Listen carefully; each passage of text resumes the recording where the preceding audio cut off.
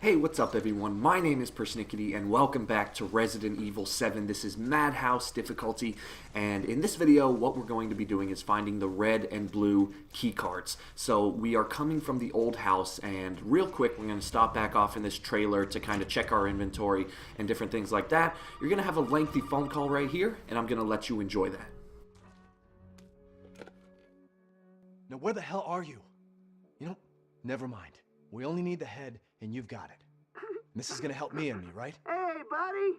I thought you should know.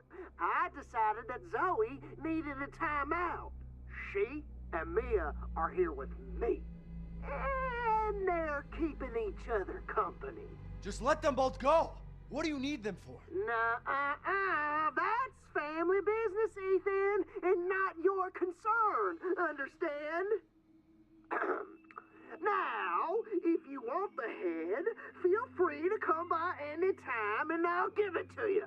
But only if you participate in a little, activity I put together just for you. What activity? Oh, I know you're excited, but don't worry. It's not going anywhere. First step I need you to take, partner, is for you to take a peek inside the fridge in the trailer there. Fuck you! Oh, come on now. Don't be like that. You want to have some fun, don't you? Now, look in the fridge. Alright, so if this happens to be the first video you jump in on the game for some reason, for a little background, basically, when we were in the old house, we were communicating with Zoe, who is a member of the Baker family who seems to want to help us, and she said meet us back in the trailer since we collected all the parts we needed to create this serum that can basically cure the illness that this family has. However, when we got back to the trailer, you can see that she wasn't there. She was actually kidnapped by her brother, who is one of the crazy infected family members. So in the fridge is a head, and that is the head of a police officer that tried to basically rescue us at the beginning of the game, and as you can see, things did not bode well for him. So before we set off on our adventure, take this opportunity to kind of explore, or not explore, to ditch certain items that you don't need and fix your inventory and everything like that. And now we are actually going to head back into the main house. And this is a relatively quick video because if you know what you're doing, you can get through this very fast.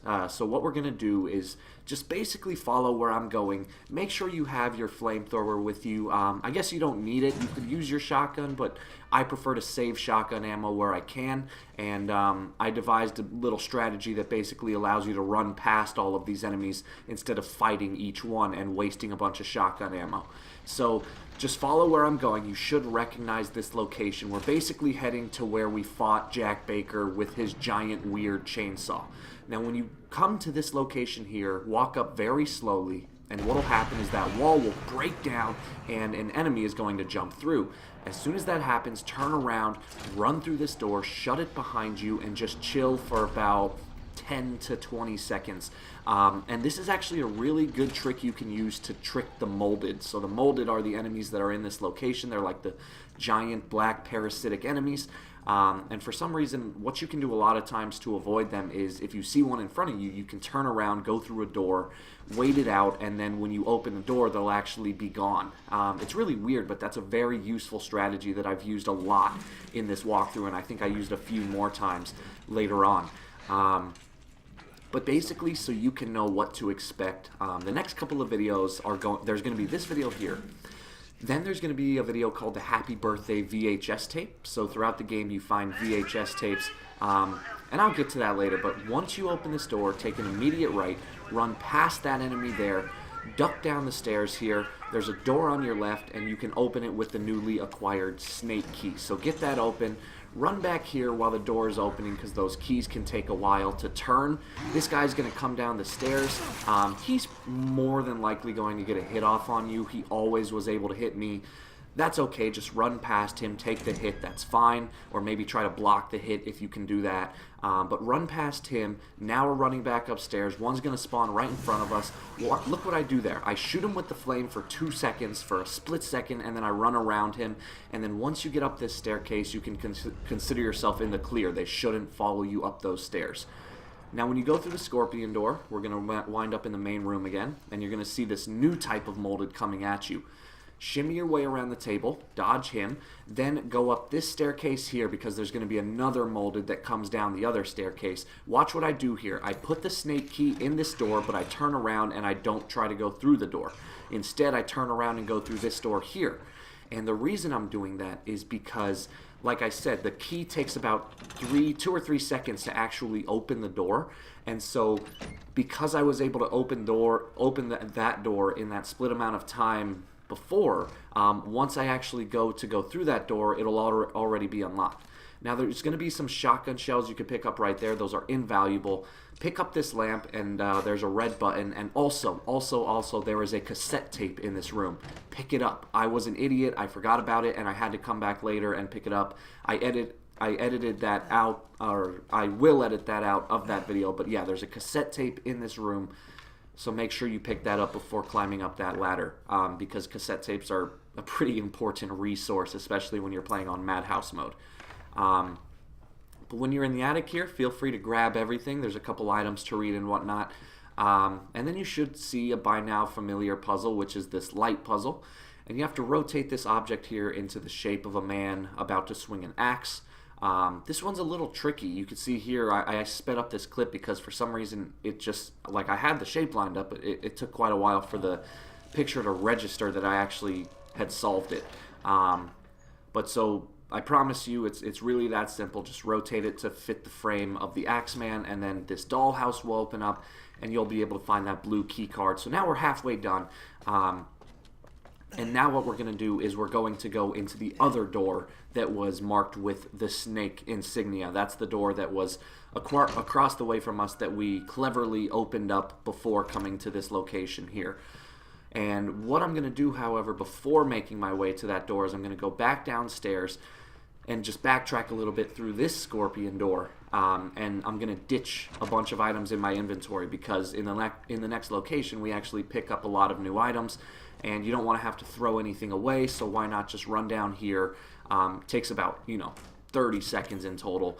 Go to your storage container. You can dump that VHS tape, dump the toy axe, dump the blue key card, and you can also dump the antique coin. You don't really need that. Either I think you can actually dump the snake key too, but I kind of figured I wasn't 100% sure if I would need it again, so I decided just to keep it, just to be safe. So yeah, come back to this room here, and what's going to happen is when you try to get through that doorway, you can see here this molded spawns on the top of this second floor here, and there's going to be 2 of them. So this one gets a little difficult based on their moving patterns, but try your best to run in between them. You can see there, I just barely got by, but there's a lot of different ways you can go. Point is, run around both of them, run through this door here, and like I said, luckily we already unlocked it, so it only takes 2 seconds to get through it as opposed to 5. And then of course, like always, kind of just take a second to scavenge this room. There's going to be a little puzzle here that says the clock matches the clock in all the other houses. So the game intends for you to run through the house and find another clock to see what time it's set to, but you don't have to do that because that's what this walkthrough's for, and you can basically just skip that because I know what the other clocks will say. But before solving that puzzle, come into this little storage room here, get some shotgun shells and what other items you feel like you need that they present to you here. I think in here there's a lockpick or something. Yeah, there's a lockpick in this book, so feel free to pick that up. I've been skipping those treasure photos, mainly because I just have been. I can't give a valid reason why, but I don't find them entirely necessary. Point is, you're going to set this clock to 10:15, and this bed will open up, and that's going to allow you to crawl down here and get the red key card. And yeah, from there, basically all we have left to do is we have to get back from here. So you see the bed closed that pathway behind us.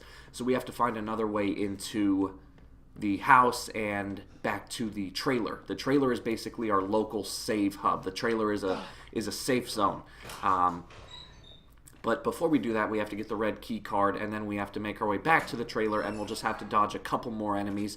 Again, remember, there is a reason I'm saving shotgun ammo. That's because that's going to become very helpful later in the 2 videos from now when we take on Lucas's training area.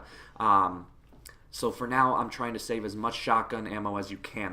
That's kind of one of the core elements of a survival horror game is you don't have to kill every enemy. A lot of it comes from strategizing and realizing that you can skip many enemies, and that will actually be advantageous to you in the long run because you're able to save all that ammo. When I was a kid, when I used to play games, I had this notion that I had to kill every enemy, and that's just not the case. Killing the enemies oftentimes is actually a bad idea. And so that's a perfect example right here. You should recognize this location once more, run past that molded, run up these stairs, and then once again you're kind of in the safe zone. They shouldn't follow you up these stairs, but even if they do, run over here through the scorpion door and evade them once more. Now you'll get to this room here, answer the phone, there you go. Hey, buddy. Remember, those 2 key cards will get you into the party. Don't be late now. Let me talk to Mia. No! You gotta show up first. You haven't forgotten where the party is, have you? You can get in from the courtyard. So come on, man. Everybody's waiting for you. Alright, so the last tricky thing to do here is once you get back into the yard, there's going to be 2 of those fast molded you have to dodge. So do your best to just run a wide circle around them. If they get a hit in, it's okay, heal yourself, but make your way to the door as quickly as possible. And that's it, guys. Thanks for watching. Like and subscribe if you get the chance, and I'll see you in the next video.